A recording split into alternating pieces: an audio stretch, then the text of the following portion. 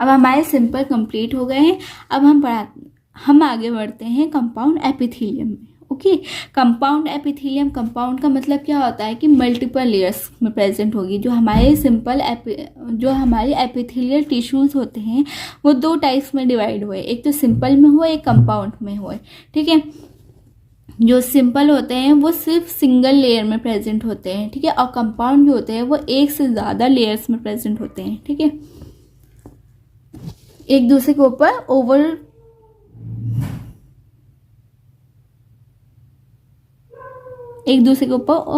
Overly present होते हैं। ठीक है, सो फर्स्ट है हमारा स्ट्रेटिफाइड स्क्वैमस एपिथेलियम। सिंपल है, जो हमने पढ़ा था सिंपल में वही हम यहाँ कंपाउंड में पढ़ेंगे, बस कुछ फंक्शंस जो होंगे वो डिफरेंट होंगे।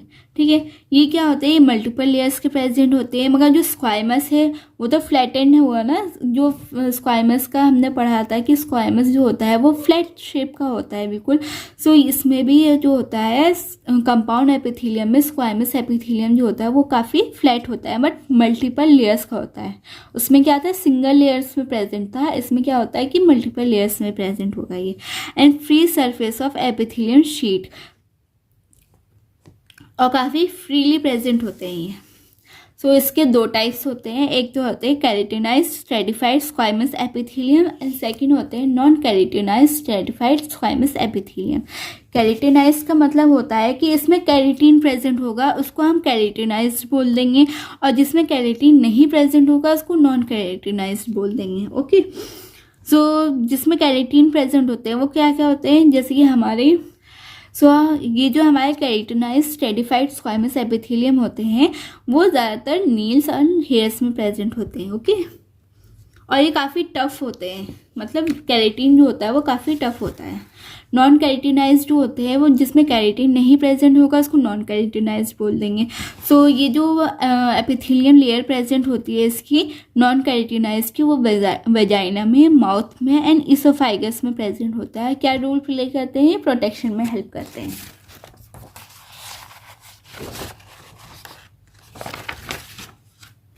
ऐसे ही सेकंड पॉइंट हमारा स्ट्रेटिफाइड कॉलमनार एपिथेलियम, बिल्कुल सेम है उसी तरह। सेकंड पॉइंट है हमारा स्ट्रेटिफाइड कॉलमनार एपिथेलियम, बिल्कुल सेम है, जैसे हमने सिंपल में पढ़ा था वैसे ही हम कंपाउंड में पढ़ लेंगे। बस क्या चीज़ चेंज हुई है कि इसमें इसके आगे स्ट्रेटिफाइड लग चुका है और वहाँ जो था वह सिंपल था। ठीक है, स्ट्रेटिफाइड क्यों लगाया गया है, क्योंकि ये मल्टीपल लेयर्स में प्रेजेंट हुआ है। Multiple layers of columnar cell, जो हमारे कॉलमनार सेल्स हैं, जो हमारे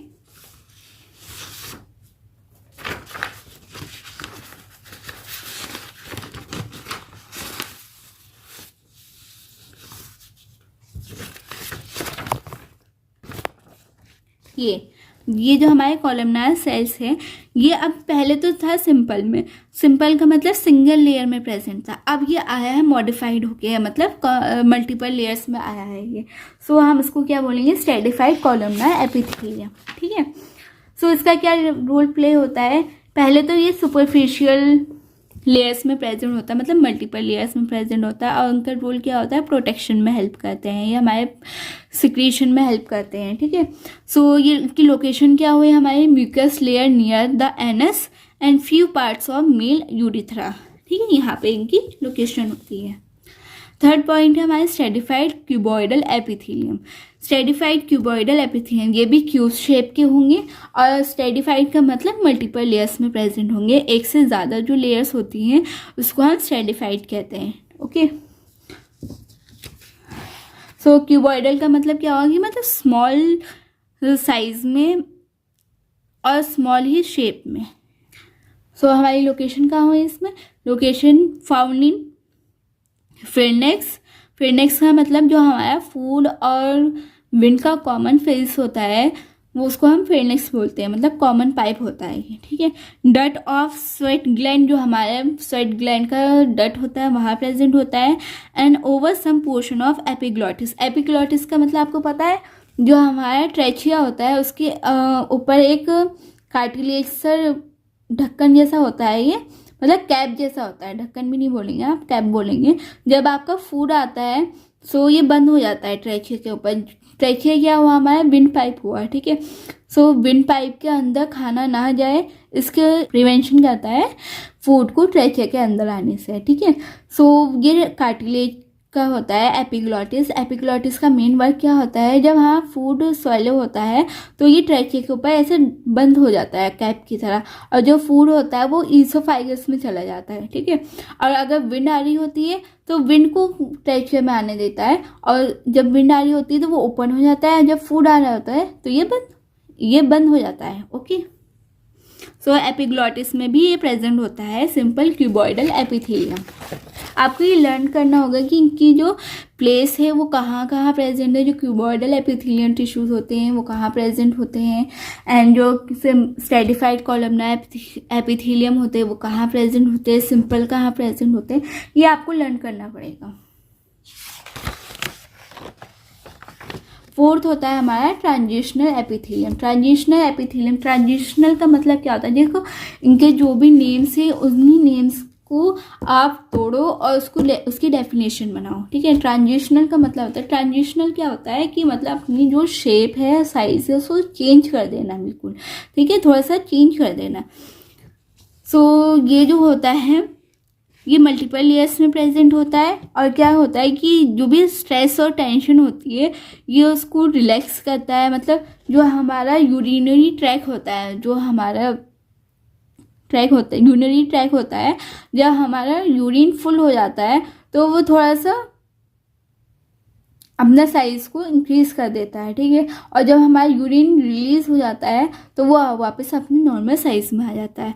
इसी फंक्शन को परफॉर्म करने में यही ट्रांजिशनल एपिथेलियम हेल्प करती है। थर्ड पॉइंट है हमारा ग्लैंडुलर एपिथेलियम। हमने क्या पढ़ लिया, हमने सिंपल पढ़ लिया, हमने कंपाउंड पढ़ लिया, अब आता है लास्ट हमारा ग्लैंडुलर एपिथेलियम। ग्लैंडुलर का सिंपली मीन है जो हमारे ग्लैंड्स होते हैं, जो हमारे हार्मोन्स के ग्लैंड्स होते हैं वहाँ पे ये प्रेजेंट होता है।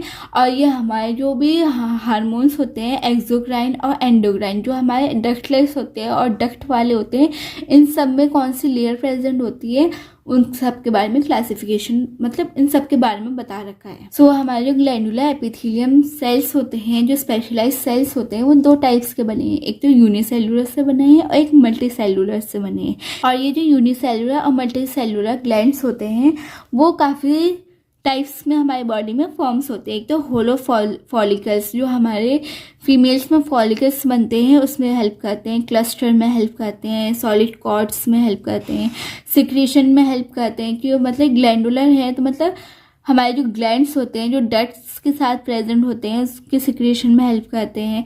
जो हमारे lumen of hollow visceral structure होते हैं वहाँ पर सिक्रीशन करने में हेल्प करते हैं। और जो हमारे सरफेस ऑफ बॉडी, जो हमारे जो डक्टलेस ग्लैंड्स होते हैं, जो विदाउट डक्ट्स के प्रेजेंट होता है और डायरेक्टली ब्लड में सिक्रीट करते हैं अपना हार्मोन, उसके सिक्रीशन में हेल्प करते हैं ग्लैंडुलर एपिथेलियम। तो इसके तो सिंपली दो टाइप्स होते हैं। ग्लैंडुलर एपिथेलियम जो होते हैं हमारे दो टाइप्स के होते हैं, एक तो होता है एक्सोक्राइन ग्लैंड और एक होता है एंडोक्राइन ग्लैंड। तो ये एक्सो और एक एंडो, आप सिंपली सिर्फ इन दोनों को समझिए।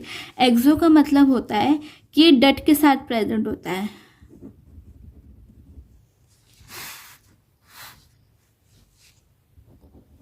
ओके। और एंडो का मतलब होता है कि ये डक्ट लेस होता है, मतलब विदाउट डक्ट के प्रेजेंट होता है, ठीक है।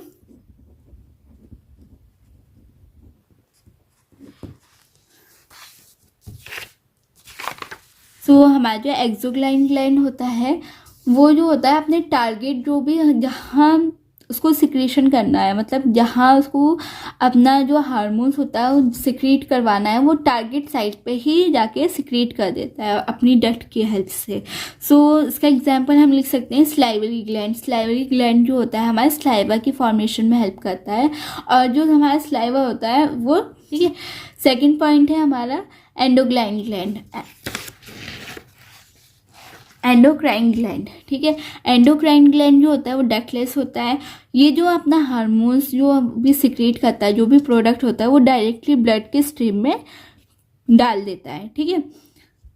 सो इसका एग्जाम्पल क्या हुआ हमारा, pituitary gland, thyroid gland, adrenal gland. ये जो भी ग्लैंड होते हैं हमारे, pituitary gland, hypothalamus gland, thyroid gland, adrenal gland जो होते हैं, ये डायरेक्टली ब्लड में अपना हार्मोन सिक्रीट कर देते हैं।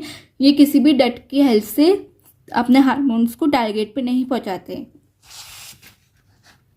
सो ये जो हार्मोन्स होते हैं, इसी में ये जो हमारे एपिथेलियल टिश्यूज होते हैं वो हेल्प करते हैं। अब हमने स्टार्टिंग से मैं आपको बता देती हूँ कि हमने क्या क्या पढ़ा। देखो, सबसे पहले हमने टिश्यूज की डेफिनेशन देखी,